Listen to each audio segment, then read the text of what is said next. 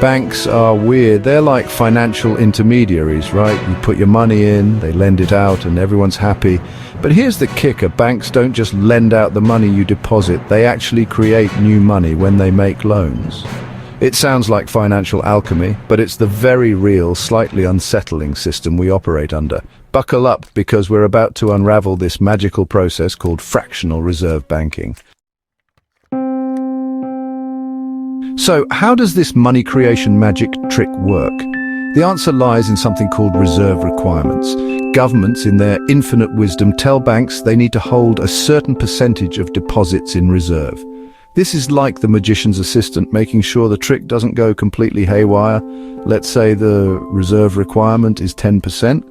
If you deposit $100, the bank has to hold $10. The other $90, they get to lend it out. Now, here's where the real magic happens. When you deposit money into a bank, it doesn't just sit there. Banks use a system called fractional reserve banking, which allows them to lend out a portion of your deposit while keeping a fraction in reserve. This is how they multiply money. For example, if you deposit $100, the bank might keep $10 in reserve and lend out the remaining $90 to someone who needs a loan, maybe to buy a fancy new hat or start a small business.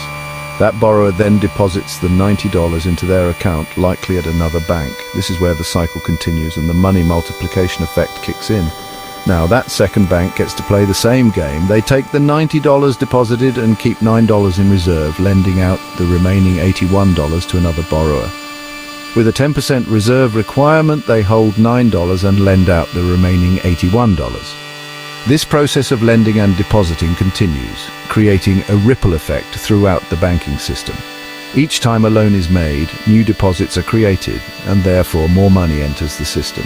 This is how banks effectively create money out of thin air through a series of loans and deposits. It's like a financial game of telephone, where the message gets slightly distorted each time, but instead of whispers, it's money being created out of thin air. This system allows for economic growth and expansion, but it also requires careful regulation to ensure stability. Section 4. The booming economy fueled by created money. This money creation process isn't just some abstract financial concept, it has real-world consequences. When banks create more money through lending, it increases the money supply in the economy. More money sloshing around means more people have money to spend and invest. This can stimulate economic growth, leading to more jobs, higher wages, and everyone patting themselves on the back for a job well done. Section 5. Inflation, the unwanted guest at the money creation party. But hold your horses. Before we start celebrating, let's talk about the elephant in the room, or rather, the slightly deflated balloon inflation. When more money chases the same amount of goods and services, prices tend to go up. It's like trying to buy a rare Beanie Baby on eBay with everyone and their dog bidding. The price is going to skyrocket. Section 6. Too much of a good thing, the risks of fractional reserve banking, and that's not the only risk.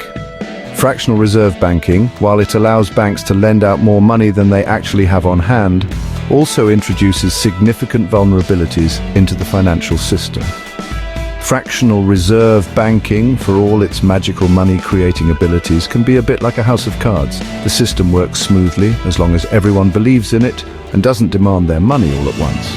But the moment confidence wavers, the entire structure can come crashing down. If too many people decide to withdraw their money at the same time, remember that whole reserve requirement thing.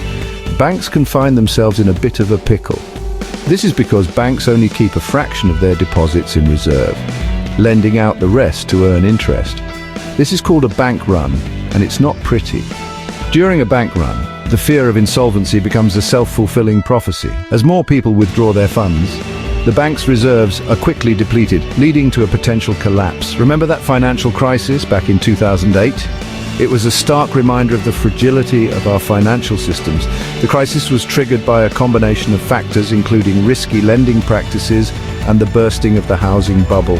Yet, that was partly fueled by excessive risk-taking and a lack of oversight in the banking system. The ripple effects were felt worldwide, leading to massive economic downturns and a loss of trust in financial institutions.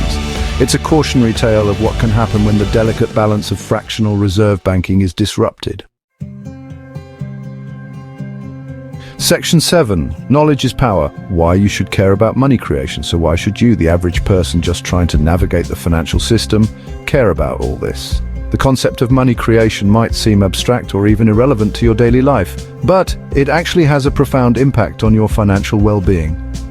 Because understanding how money is created gives you a better grasp of how the economy works. When you know the mechanisms behind money creation, you can better understand economic policies and their effects on your personal finances.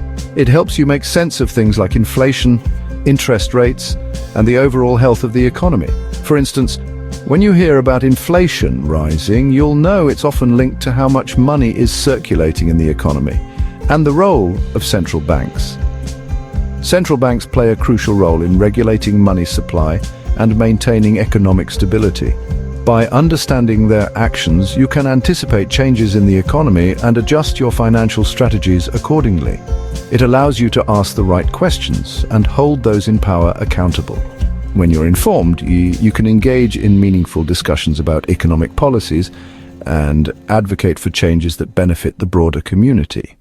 So next time you hear someone talk about the magic of money creation, remember that it's not magic, it's just banking. And it's something we should all understand a little better. By demystifying the process, you empower yourself to make smarter financial decisions and contribute to a more informed society.